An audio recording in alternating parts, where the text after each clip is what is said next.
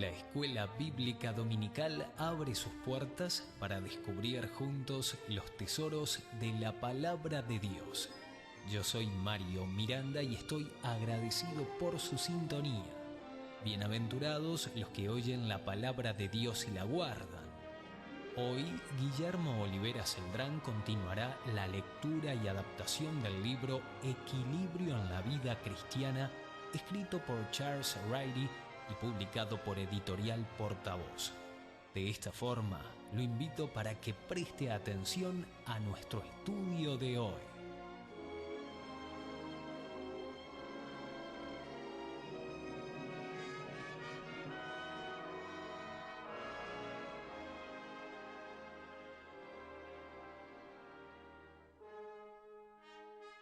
Continuamos con capítulo 14, que habla en cuanto a un tema muy importante: confesión y perdón de pecados. El confesar nuestros pecados es necesario para mantener las relaciones en la familia de Dios y de misma manera el perdonarnos unos a otros.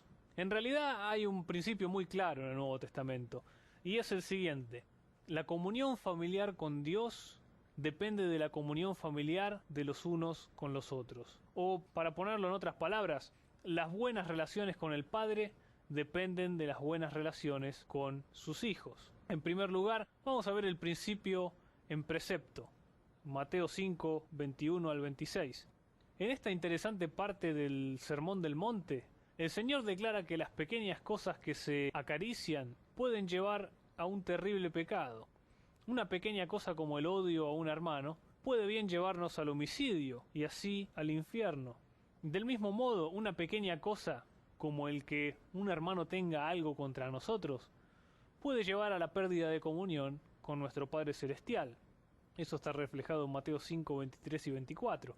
La verdad es que el estar en buenas relaciones con el hermano es de tal importancia que tiene preferencia al hecho de traer ofrendas a Dios. Hay que observar el alcance que tiene este precepto, porque no se trata de que el hermano que peca admita su pecado antes de que haya reconciliación. Si usted, aparentemente inocente en el asunto, recuerda que alguno tiene algo contra usted, incluso de manera injusta, tiene la responsabilidad de ir a esa persona y buscar la reconciliación. La mayoría de nosotros operamos sobre el principio de que la persona que ha obrado mal deberá tomar la iniciativa, y si no lo hace, entonces no nos vemos obligados a rectificar la situación.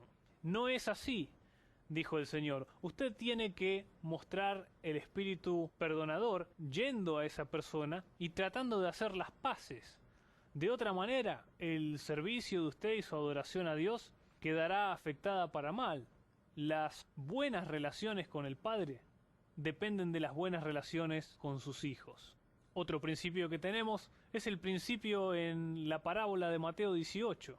Pero supongamos que un hermano continúa pecando contra mí. ¿Estoy yo obligado a perdonarlo siempre? Mientras Cristo estaba en vida, los rabinos decían que uno tenía que perdonar a la misma persona solamente 3 veces. Cuando Pedro se acercó al maestro para preguntarle sobre este asunto, creyó que el llegar a perdonar 7 veces sería una demostración de gran magnitud. Pero el Señor le dijo que el perdonar uno a otro no debe tener límite, porque esa es la clase de perdón que Dios nos da a nosotros. Fue entonces cuando recitó la parábola del siervo que debía a su señor una deuda imposible de pagar, quizás unos 10 millones de dólares, y cuando rogó y suplicó al Señor, éste le perdonó toda la deuda. Pero entonces esta persona que fue perdonada volvió a uno que le debía como unos 25.000 dólares y le dijo que le pagara. El Señor saca 2 conclusiones de la parábola.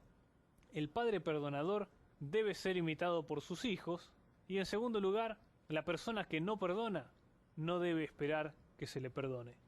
Veamos ahora este principio ilustrado en Juan capítulo 13, versículos 1 al 17, cuando el Señor lavó los pies a sus discípulos, les dio una lección vívida de lo que es el perdón. En realidad hay 2 facetas en esta ilustración. El lavamiento de los pies de los discípulos representa que Él nos mantiene limpios por su constante ministerio de intercesión. Nosotros fuimos lavados al ser salvos, pero necesitamos mantenernos en comunión con Dios, lo que hace Él por nosotros mediante el lavamiento de nuestros pies. Ese es el mismo ministerio que se menciona en 1 Juan 2:2. Pero el Señor dio también un mandamiento a base de esta ilustración. Versículo 14. Vosotros también debéis lavaros los pies los unos a los otros. Esto solo puede significar que nosotros debemos perdonar el uno al otro, lo mismo que Él nos perdonó a nosotros. Desgraciadamente, muchos leen este pasaje y ven solamente la obra de Cristo a favor del creyente y no la obra del creyente a favor del uno con el otro. Y es el ministerio de perdonarnos los unos a los otros el que debemos ver ahí. Observe otra vez que la parte inocente es la que toma la iniciativa en perdonar al que tiene los pies sucios. Hay algunos detalles interesantes acerca de lavar los pies los unos a los otros que sugiere la acción del Señor aquella noche antes de su crucifixión. Por un lado, no hizo un gran anuncio acerca de lo que se proponía hacer. El lavamiento de pies debe hacerse silenciosamente. Además, obviamente, el que lava los pies a otro tiene que inclinarse hasta donde se encuentran los pies. No se puede señorear del otro creyente estando agachado. No se puede señorear de otro creyente estando agachado para que le lave los pies. Y esto es precisamente lo que se nos dice que debemos recordar en Gálatas capítulo 6, versículo 1. Allí leemos: Hermanos, si alguno fuera sorprendido en alguna falta, vosotros que sois espirituales, restauradle con espíritu de mansedumbre, considerándote a ti mismo, no sea que tú también seas tentado. El cristiano espiritual toma la iniciativa para restaurar al hermano que ha pecado, pero debe hacerlo con humildad, recordando siempre que él también podría ser hallado en el mismo pecado. El cuadro también sugiere que el perdón ha de ser completo. No puede ser un hecho a medias, a medio corazón, porque el lavar los pies solo a medias da por resultado pies lodosos, no limpios, embarrados. No se permite la actitud de te perdono, pero... No es así. Ahora vamos a ver el principio en oración, reflejado allí en Mateo capítulo 6, versículo 12. En la oración modelo, el Señor recordó a sus discípulos y a nosotros que solo si perdonamos a los otros podremos esperar que nuestro Padre nos perdone a nosotros. No en la salvación, sino está hablando de la vida y las relaciones familiares. La petición que lo indica así en la oración debe traducirse por perdónanos nuestras deudas como nosotros hemos perdonado a nuestros deudores. En otras palabras, las buenas relaciones con el Padre dependen de las buenas relaciones con sus hijos. Será instructivo observar que de todas las cosas que se dicen en el Padre Nuestro, solo este asunto se destaca para nuestra atención. Claramente es de suma importancia. Ahora bien, en quinto lugar vamos a ver el principio en práctica. No es fácil practicar este principio de perdón. Vamos a ofrecer algunas sugerencias que puedan ser de ayuda. Primero, como hemos visto repetidamente, yo no debo esperar a que mi hermano vea su pecado y lo admita para perdonarle. Tan pronto como yo lo vea, debo perdonarle, aunque él no lo haya visto. Esto puede significar que yo debo buscarle para mostrarle el error, como indica Gálatas 6.1, o quizás no me encuentre en una posición de hablar con él personalmente, pero en cualquier caso debo perdonarle. Segundo, este principio, como la mayoría de los otros, debe practicarse primero con los más cercanos a nosotros. La mayoría de nosotros no tenemos dificultad en perdonar a las personas que no conocemos o cuyo pecado nos afecta muy poco. Este asunto afecta en primer término al perdón de los miembros de la congregación a la que pertenecemos, más bien que a miembros de otras denominaciones. Concierne a mis compañeros de estudio, a mi pastor o maestros de escuela dominical. En tercer lugar, el perdonar el pecado no significa que lo disimulo. Uno puede perdonar y seguir estando en desacuerdo con aspectos en donde haya una genuina diferencia de opinión. Este principio no opera para derribar nuestras convicciones, sino que debe servir para mantener nuestros sentimientos y actitudes en buenos términos el uno con el otro y con Dios. Yo quiero ser el último en decir que las convicciones escriturales haya que comprometerlas, pero quiero al mismo tiempo ser el primero en decir que el perdonarse el uno al otro es un mandamiento escritural y absolutamente esencial para el mantenimiento de una vida espiritual sana. El confesar nuestros pecados y el perdonarnos los unos a los otros son necesidades constantes de la vida espiritual. El confesar nos mantiene en una buena relación con el Señor y con los otros cristianos, y el perdonar nos mantiene en buenos términos con los otros cristianos y con el Señor. Concluimos entonces con esta lección tan importante en cuanto a confesar nuestros pecados. Vimos que confesar significa decir lo mismo que dice Dios en cuanto a un pecado, y también vimos algo muy importante y que muchas veces no escuchamos, que nosotros somos los que debemos tomar la iniciativa. Es el creyente espiritual el que debe tomar la iniciativa e ir pedir perdón. Capítulo 15. Lo legal y lo legalista. Es un capítulo muy práctico y muy importante. Las complejidades de la vida cristiana se van multiplicando año tras año. Antes resultaba fácil para el cristiano reconocer lo que estaba bien y lo que estaba mal, incluso en el campo de lo que era debatible. Pero en la actualidad no solo son debatidas más cosas, sino que parece haber más desacuerdo, aún entre los dirigentes cristianos, tocante a estas cosas. Muchos de nosotros crecimos en días no muy lejanos, en el que o no había televisión o no teníamos acceso a ella, y no habrían películas en colores o domingos dedicados al fútbol. La sola existencia de tales atractivos ha complicado la situación. Si añadimos a esto el sentimiento de muchos cristianos de que todo el concepto de la ley y del legalismo en la vida cristiana tiene que repensarse, replantearse nuevamente, tenemos un cuadro que es cada vez más complejo. Pero la Biblia debe tener respuestas y normas para estos problemas que son operantes incluso en este siglo XXI tan sofisticado que nos toca vivir. Al mismo principio, clarifiquemos algunas cosas acerca de la ley y de la gracia. Por un lado, son conceptos antitéticos y esa antítesis viene vitalmente relacionada con la vida cristiana. Cuando Pablo contesta a la pregunta de ¿por qué el pecado no ha de tener dominio sobre el creyente?, lo hace declarando que no estamos bajo la ley, sino bajo la gracia. El versículo ese es clave y está en Romanos capítulo 6, versículo 14. Aquí, en relación con nuestra santificación, estando bajo la gracia, se coloca en agudo contraste con estar bajo la ley. En otras palabras, la ley y la gracia, en este contexto, parecen ser opuestas, y la única manera de experimentar el cristiano una vida santa es por medio de estar bajo la gracia. ¿En qué sentido son opuestas? En el sentido de una norma de vida bajo la cual la gente vive. La ley es una cosa y la gracia es otra. Es decir, antes de la venida de Cristo se contaba con que la gente viviría según la norma de vida detallada en la ley mosaica. En nuestros días, el código bajo el cual vive el pueblo de Dios se llama gracia, porque es la ley de Cristo quien trajo la gracia a este mundo. Juan 1:17 lo expresa muy bien. Ahora bien, una norma de vida requiere al menos tres aspectos: las leyes específicas, el poder de capacitación y la motivación. De modo que cuando hablamos de ley y gracia como normas de vida, incluimos no solo los mandamientos específicos, sino también el poder que capacita y la motivación que forma parte de la regla de vida.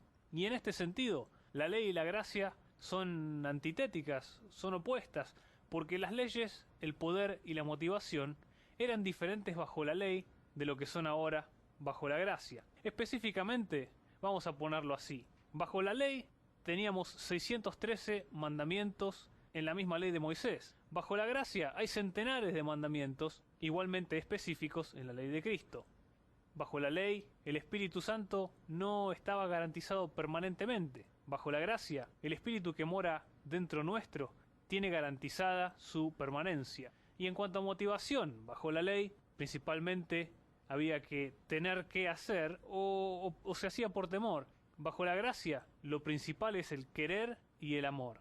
Aunque algo simplificado, un cuadro así muestra la antítesis entre la ley y la gracia cuando se conciben como reglas de vida para el pueblo de Dios.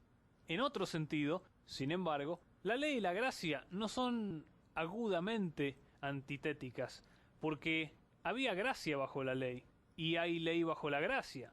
Este es un punto muy importante para vivir de una manera santa y que con frecuencia no entienden los creyentes, por ejemplo aquellos que ponen en tal contraste la ley y la gracia, que acaban por decir que no hay leyes específicas hoy bajo el esquema de la gracia. Si introducimos algunas leyes, a estas personas les parece legalismo.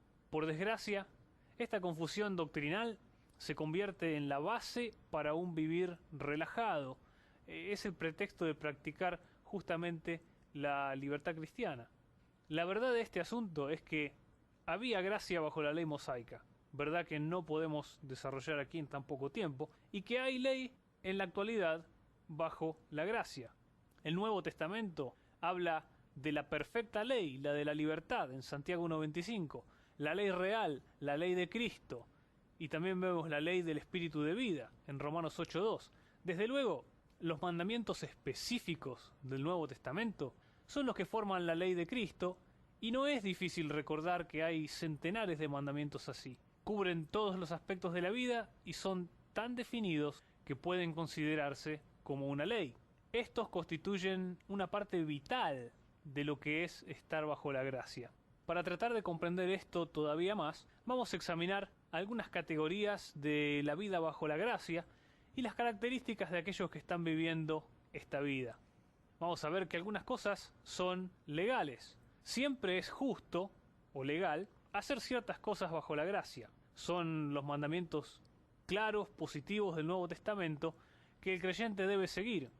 No tiene por qué uno debatir estos mandamientos, ni ponerlos en tela de juicio, ni buscar en ellos principios más fundamentales, ni orar sobre si se debe obedecerlos.